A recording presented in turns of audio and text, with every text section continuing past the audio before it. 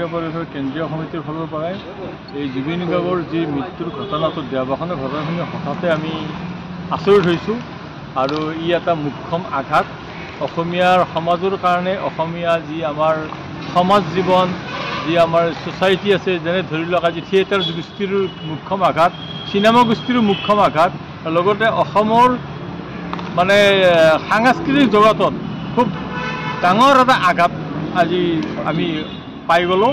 গতিকে আমি ভগৱানৰ ওচৰত এইটোৱেই দোৱা কৰিম যে তেওঁ মানে তেওঁৰ আত্মাই স্বৰ্গগামী হওক। আমি অসম গৌৰৱ পৰিষদৰ ফালৰ পৰাই অতি দুখ পাইছোঁ যে এনেকুৱা ধৰণৰ ঘটনা আমি হ'ব বুলি ভবাই নাছিলোঁ, কাৰণ 52 বছৰত তেওঁ মৃত্যুক আঁকোৱালি লোৱাটো গতিকে অসমৰ মানে ৰাইজৰ কাৰণে এটা দুৰ্ভাগ্যৰ খবৰ আজি। গতিকে এই দুৰ্ঘটনাটো মানে বেলেগ শিল্পীৰ ক্ষেত্ৰতো নঘটক। গতিকে এটা ভাল বয়স লৈ যদি তেওঁ দেওবাৰখন ঘটিল হয় তেতিয়া ইমান আফচোচ কৰিব লগা একো নাছিল, কিন্তু এতিয়া 52 বছৰত হঠাৎ আজি দেওবাৰখনটো শুনি আমি অসম গৌৰৱ পৰিষদৰ কেন্দ্ৰীয় আমি পৰিয়ালবৰ্গই আমি মানে আচৰিত হৈছোঁ। গতিকে আমিও বিশ্বাস কৰিব টান পাইছোঁ। গতিকে পৰৱৰ্তী আমি আল্লাহ বা ভগৱানৰ এইটো দোৱা কৰিম মানে শিল্পী সমাজৰ এনেকুৱা মৃত্যু আমি কামনা নকৰোঁ, কাৰণ এনেকুৱা মৃত্যু হ'ব নালাগে। এইখিনিয়ে মূলত। গতিকে আমি আল্লাহ আৰু ভগৱানৰ ওচৰত দোৱা কৰিম তেখেতৰ আত্মাই চিৰশান্তি লাভ কৰক।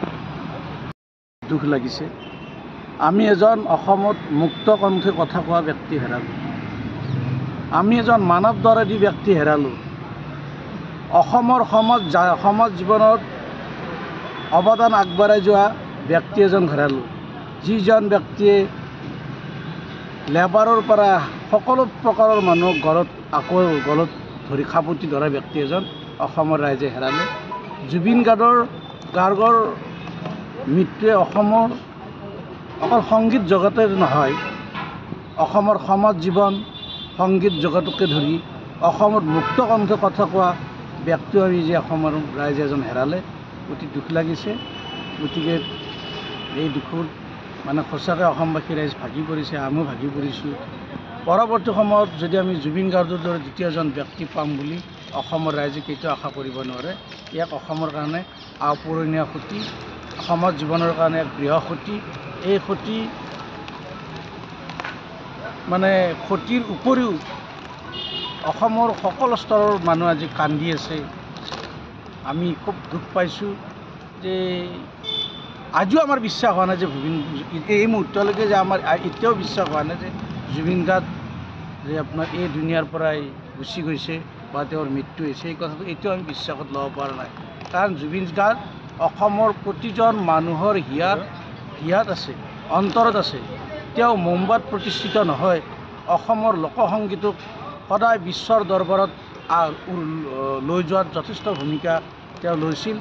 তেওঁ বলিউডৰ পৰিৱৰ্তে অসমৰ বিহু, লোকসংগীত, জিকিৰ, লোকগীত, দেহ বিচাৰ গীত, বৰগীত এই গীতসকলক তেওঁ বেছি মনোনিৱেশ কৰি যে আমাৰ যিখিনি থলুৱা গীতমাত বিশ্বৰ দৰবাৰলৈ লৈ যোৱাৰ ক্ষেত্ৰত তেওঁৰ প্ৰচেষ্টাক অসমৰ ৰাইজে কেতিয়াও পাহৰিব নোৱাৰে। আৰু তেওঁৰ মৃত্যুৱে অসমৰ সকলো প্ৰকাৰৰ এক বৃহৎ ক্ষতি। বিশেষকৈ আজিৰ তাৰিখত অসমৰ ৰাইজৰ মনৰ কথা কোৱা মুক্ত হস্তে কথা কোৱা ব্যক্তি এজন আমি হেৰালোঁ। তেনে ব্যক্তি পাম বুলি আমি কেতিয়াও আৰু আশা কৰিব নোৱাৰোঁ যে অসমৰ সকলো সমস্যাৰ ক্ষেত্ৰত বহু ইয়াত আমাৰ অসমত ব্যক্তি আছে, তেওঁলোকে চৰকাৰৰ পক্ষে হওক বিপক্ষে সদায় কথা ক'বলৈ ভয় কৰিছিল। জুবিনে একমাত্ৰ এনেকুৱা ব্যক্তি আছিল যে সকলো সময়ত অসমৰ সংকটৰ সময়তে হওক যিকোনো ক্ষেত্ৰত তেওঁ ভয় নকৰি মুক্ত হস্তে কথা কোৱা ব্যক্তি আছিল। আজি আমি তেনে এজন ব্যক্তি হেৰালোঁ, যাক আজি কি বুলি ক'ম কোনো ভাষা বিচাৰি পোৱা নাই। তেওঁ যে মৃত্যু হোৱা খবৰটো এতিয়াও আমি অন্তৰৰ পৰা মানি ল'ব পৰা নাই।